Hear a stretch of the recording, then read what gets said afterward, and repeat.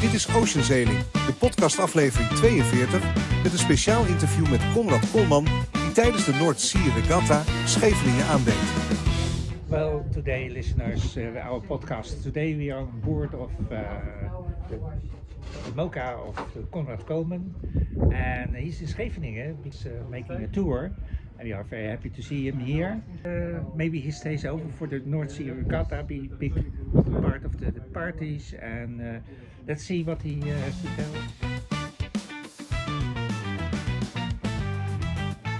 Goedemiddag mensen, we zitten hier aan boord van de Imagine, het schip van Conrad Colman. We krijgen zo een mooi interview. Vandaag hebben we gevaren. Conrad is hier om zijn project en campagne te promoten met zijn sponsoren. Typische PR-sailingdag. We hebben altijd weer tevreden gasten. We hebben mooi weer gehad vanmiddag om even buiten te varen. Het schip vaart als een dolle. Superleuk om even mee te maken en met Conrad door zijn schip te gaan.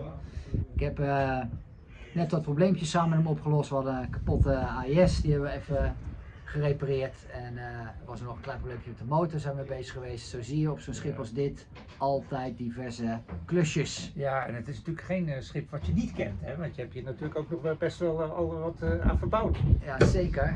In het begin, kijk, er komt Conrad erbij. In het begin heb ik meegeholpen. Conrad, nice to have you in our broadcasting. Oh, hey, buddy. Live. Have a seat next to me. I'm actually here this time. Yeah, you're actually here in the Netherlands, in my home port. Exactly. We've been here doing some PR sailing with my sponsor MS Amlin. And so we've had 2 days here in, I'll try and pronounce it correctly, Scheveningen. Scheveningen, almost there, almost there. Nice. And so 2 days done, 1 more day to go. And then we'll start heading back to France for the rest of our campaign. Back to Lorient, That's right. That's where your home base is, huh? Exactly. Yeah, Yep. yeah. To me, it's basically a special ship because when he starts to with his campaign, I was helping him out. I was cutting all the things away from the ship. A little bit too much A little bit sometimes. too much sometimes. Too much? A little Oh too dear. fast, too quick.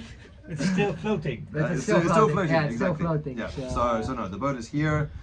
We invested a lot of time and energy and of course money in making the boat as reliable and as high performance as we possibly could. And so this was proof that first off, after the many cycles, I was the first person to finish this race without breaking this boat. And so in 5 attempts in the Vendée Globe, 2 times it's finished, once with me and the only time that it didn't break. So that's a testament to all of the work that we've been putting into the boat, optimizing it, reinforcing it. And the fact that I finished 13 minutes behind Jean Cam, who had a brand new boat. Exactly. It's a testament to the work that we had done. And you changed so quite a bit. You made quite a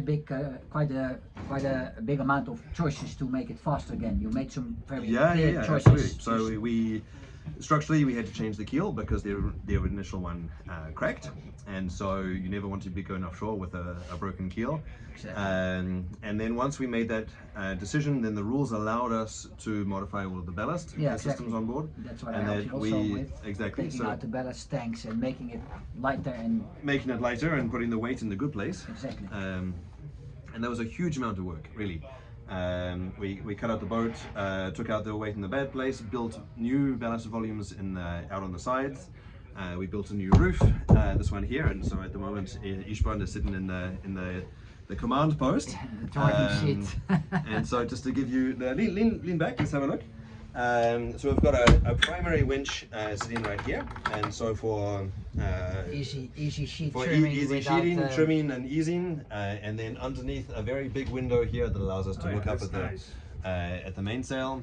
It's not only nice, but it's also for the non-sailors so important to know where to look, how to look, to keep in control, and to know when something is wrong, that you can easily see it. It wasn't there before. Not No, like this whole roof was not here at all. Oh, right. So we built a new one. And then we built this windscreen here to have a really clear vision forwards. And then the advantage is that you can sit on the windward side when you're trimming here.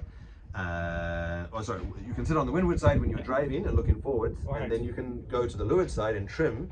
And the thing that you need to understand is that these boats send up so much spray, it's really hard to actually see forwards. Right. And so it's important to be able to look clearly from behind a window, to look at the trim, and really be able to focus on that. So having a window here brings performance. Yeah. And then we're sitting here next to the controls for the keel and also the autopilot. So we have the basic BNG autopilot here, and then the more advanced Pixel pilot here, and then this one here is for the canteen keel mechanism. And so it's great because everything is super compact, easily at hand. Yeah. You have a winch immediately next to you. You have all of the controls, great vision. It's fantastic. I'm very happy with the boat. Good improvements. Huh? Yeah, it's good. Based on your experience from the last time, or? That's right. Yeah. So I had 1 year with this boat in its original configuration, I see. 2022, Yeah, and then I was making my wish list for the rest of the time, and then we ripped everything out and cut it all up. Yep. That was then was you involved. That's right. Yeah, little bit. Little bit. But Little to be honest, this was one of the first times I think I ever sailed with Conrad on this ship, because we sailed a lot again before. Yeah. And the first thing I said to him, like in 5 or 10 minutes, she feels so easy, light, easy to sail. You can see she picks up speed so easy. Really well. Lovely boat. Lovely boat. Yeah, you love it? Really a treat. Easy to sail. Easy to sail and really a treat to be on. That's what you want as a sailor. You know that in any ship in 5 minutes. And have a good company. Oh yeah, good company. Obviously, You're helps all, as well. sure. you're all old friends, isn't it? We're all Yeah, friends. exactly. We first met in 2009, when we were competitors. Polish, yeah. Oh, competitors. Yeah.